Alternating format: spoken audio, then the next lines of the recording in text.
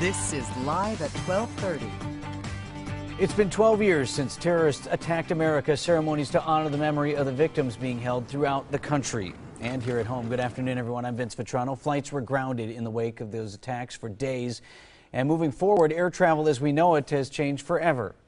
Now, security measures were intensified across the board. Some of the biggest changes came in what we could and could not bring on in our carry-on bags. For instance, liquids had to be in our carry-ons and only a few ounces.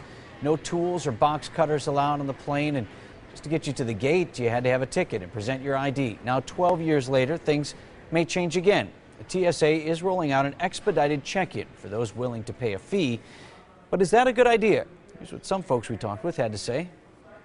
I like it the way it is, and you know, it's a little inconvenient, but I think they're on the right page, and it's doing what it's supposed to do. Making travel quicker is always a good idea, but at the risk of security, it's worth the extra time to go through taking your shoes off and going through the different security checks just to make sure that everything is secure, especially in our world today. And the expedited check-in should be available at Mitchell International by the end of the year.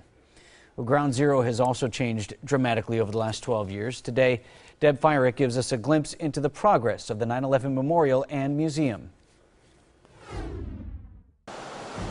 Beyond the massive reflecting pools, where water fills the void left by the Twin Towers, the 9/11 Museum is coming together.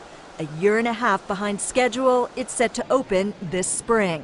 These two tridents actually came from the North Tower. Joe Daniels is president of the 9/11 Memorial and Museum. They're an important symbol of our resilience. They speak to the recovery period, and they really recall the original towers. Images of those who perished and stories of the lives they led will grace the entry, as seen in this artist's rendering. It's a story of people who were sitting at their desks, having a cup of coffee, talking to a colleague, boarding a plane for a vacation, and then the absolute unthinkable happened. Families have donated personal mementos, each of them precious in their own way.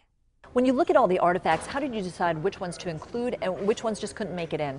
It was a difficult process. We very carefully looked at the ones that could best tell the stories. Like the steel that bore the brunt of a plane's impact.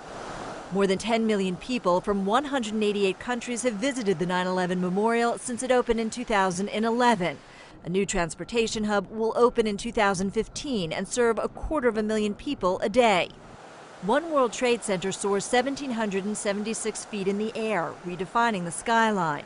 One of 6 towers set to change the lower Manhattan landscape.